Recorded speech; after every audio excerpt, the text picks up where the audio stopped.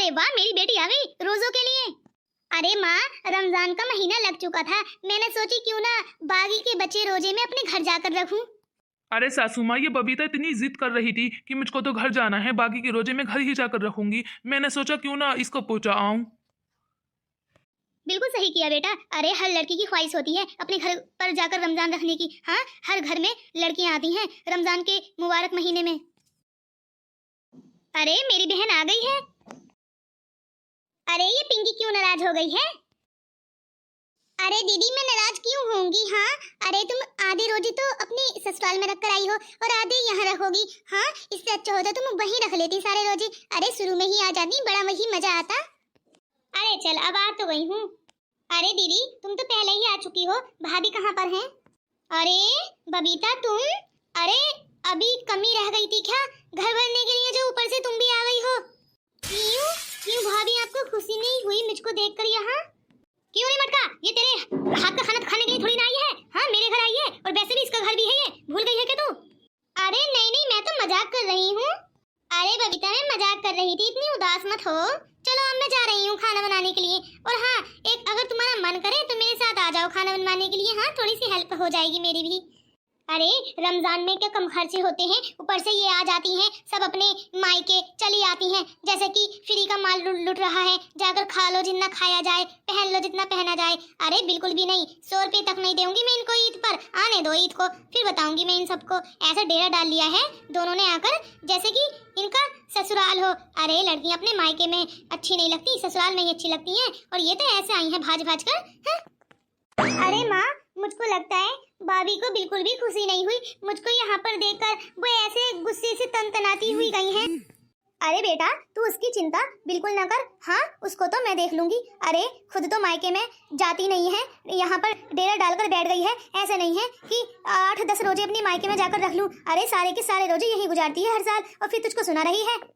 पर माँ, आपको तो मालूम ही है मेरा मन ससुराल में ही लगता है, लेकिन फिर भी बेटी तो बेटी होती है, उसका मन भी करता है कि कुछ दिनों के लिए मायके घुमाऊं, इसलिए मैं आ गई हूँ। लेकिन इसका मतलब ये थोड़ी ना है कि मुझको ससुराल में कुछ खाने को नहीं मिल रहा, इसलिए आई हूँ मैं यहाँ पर, या पहनने को नहीं मिल रहा। अरे सासू माँ, ऐसी कोई बात नहीं है। मैंने कहा था ना, मैं आपकी बेटी को बिल्कुल बहुत खुश रखूंगा। अरे इसको किसी भी चीज़ की कमी नहीं है, वो तो मैं इसके कहने पर यहाँ ले आया हूँ। ये बहुत ज़्यादा जिद कर रही थी कि मुझको मायके में जाना है। अरे बेटा, मुझको मालूम है तू कितना क्यूट है और संस्कारी भी। हाँ, तू भला मैं अपना वादा कैसे तोड़ सकता है? मुझको मालूम है मेरी बेटी बहुत खुश रहती है अपने ससुराल में, पर बेटी तो बेटी होती है, उसका मन मायके में जाने का भी करता है। हाँ, ऐसा नहीं है आधी जिंदगी उसने अपने मायके में गुजारी होती है। जी सासू माँ, इसलिए मैं इसको यहाँ ले आया हूँ, वरना इसको किस चीज़ की कमी है। अरे हर साल ईद पर इसको 10-10 जोड़े बनवा कर देता हूँ। चलो बबीता, उदास मत हो, ऐसा तो होता ही है हर किसी के साथ। हाँ, जब घर में भाभी आ जाती हैं तो ऐसा ही होता है। अरे ऐसी कोई बात नहीं है। हाँ, बस थोड़ा सा मन उदास हो गया था। चलो रोहन, अगर तुम्हारा मन करे तो थोड़ी सी अफ्तारी के लिए कुछ फल फ्रूट ले आओ। हाँ, जब तक मैं खाने की तैयारियां कराती हूँ। अरे नाना बेटा, तू कुछ मत लाना। हाँ, अरे तुम क्यों लाओगे कुछ भी? हाँ, ससुराल में आए हो, अरे हम मंगवाएंगे ना, आप टेंशन ना लो। चलो मैं थोड़ी देर के लिए बाहर जाता हूँ घूमने के लिए।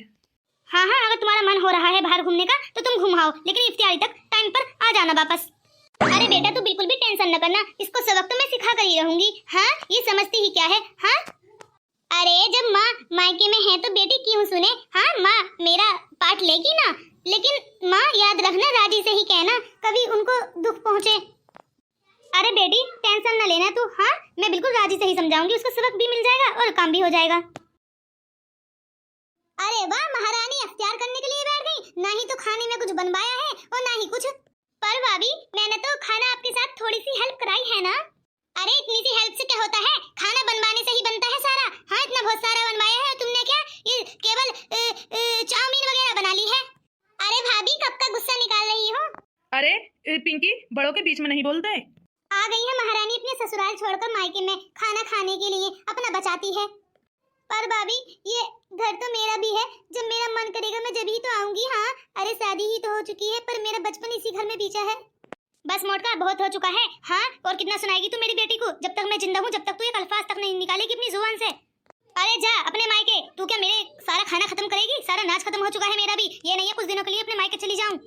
अरे सासू माँ, ऐसी बात नहीं है, मैं अपने मायके तो जाती ही नहीं हूँ, बस मेरा मन खुद को तो माँ बाप की चिंता ही नहीं है, कैसे हैं कैसे नहीं है, नहीं फोन ना ही कॉल और ना ही एक दिन के लिए घूमने जाती है, और मेरी बेटी आ जाती है तो उसी में बस मुंह मोटा कर बैठ जाती है। अरे मेरी बहन का जब मन करेगा वो जब आएगी, तुम्हारा घर नहीं है ये। अरे पिंकी मत बोलो बड़ों के बीच में। हाँ पर भाभी ऐसे मैंने क्या किया है जो आपको इतना गुस्सा आ रहा है? हाँ अरे गुस्सा क्यों नहीं आएगा, अब तुम आई हो रमजान में। हाँ अब तुमको सीधा भी दिया जाएगा, तुम्हारे कपड़े भी बनेंगे और ईद को भी तुमको पैसे मिलेंगे। ये क्या पेड़ों पे जिससे झड़कर आएगा, ये पेड़ उगाकर तुमको देंगे। अरे हमारे घर से ही जाएगा तो हमारे घर में से ही तो कुछ पैसे कम होंगे, ये कपड़े। अरे भाभी तुम मत देना कुछ भी, मेरी माँ भी जिंदा है। अरे भाभी मुझको ना ही आपके पैसे चाहिए और ना ही आपका सीधा, मुझे कुछ नहीं चाहिए। मैं तो बस अपनी माँ को देखने के लिए आई थी और चली जाऊंगी अभी। चलो बबीता, इतनी बेइज्जती में तुम्हारी सहन नहीं कर सकता। तुम सही कहते हो, मुझको यहाँ से चलना चाहिए। अरे वाह, मेरी बेटी को निकालने वाली होती ही कौन है तू? अरे खुद के भाई और भाभी तो बुलाते नहीं है। हाँ हर वक्त ससुराल में ही पड़ी रहती है, तब भी हम कुछ नहीं कहते। ये इसका मायका है, ये जब इसका मन करेगा जब आएगी। ऐसी बात तो नहीं है, मेरे भाई भाभी तो बुलाते हैं, मैं ही नहीं जाती। अरे भाभी ऐसा क्यों कह रही हो, जब बुलाते हैं तो क्यों नहीं जाती? तुम्हारा भी तो मन करता होगा अपनी माँ बाबा और भाई बहनों को देखने के लिए, चली जाया करो ना। क्या है जिंदगी में, 2 दिन की जिंदगी है इसे। अरे बस इतना मत सुनाओ मुझको, मैं जानती हूँ सब कुछ। हाँ मैं सच बताऊं तो मेरे भाई भाभी मुझको बुलाते ही नहीं है, इसलिए मैं यहाँ पड़ी रहती हूँ। और जब तुम आती हो तो मुझको पता नहीं क्यों गुस्सा आता है कि मैं तो जाती नहीं हूँ और ये आ जाती हैं। अरे बेटा इतना उदास क्यों हो रही है? मैं तुझको इतना उदास नहीं करना चाहती थी, मैं तो तुझको सिर्फ समझा ही रही थी। अरे जी आप इतना गुस्सा मत हो। हाँ और ना ही इतना उदास। हाँ ये तो सिर्फ तुमको सिखाना चाहती थी कि ऐसा नहीं करना चाहिए किसी के साथ। जी भाभी आपको अच्छा ससुराल मिला है, आपको कोई दुखी नहीं देखना चाहता। हाँ देखिए इनसे प्रैंक भी नहीं हुआ। अरे भाभी हम जानते थे कि आपके भाई और भाभी नहीं बुलाते, ये हम आपके मुंह से निकलवाना चाहते थे कि आप क्यों नहीं जाती हो अपने मायके। अरे जब मेरा ससुराल ही इतना अच्छा है तो मुझको मायके की याद भी क्यों आएगी? बिल्कुल सही कहा, लेकिन बेटा माँ और बाबा अपने पिताजी को देखने का तो हर किसी का मन करता है। हाँ चली जाया करो। जी भाभी जी, सबसे मिलकर बहुत खुशी होती है मन को, एक बार जाकर तो देखना।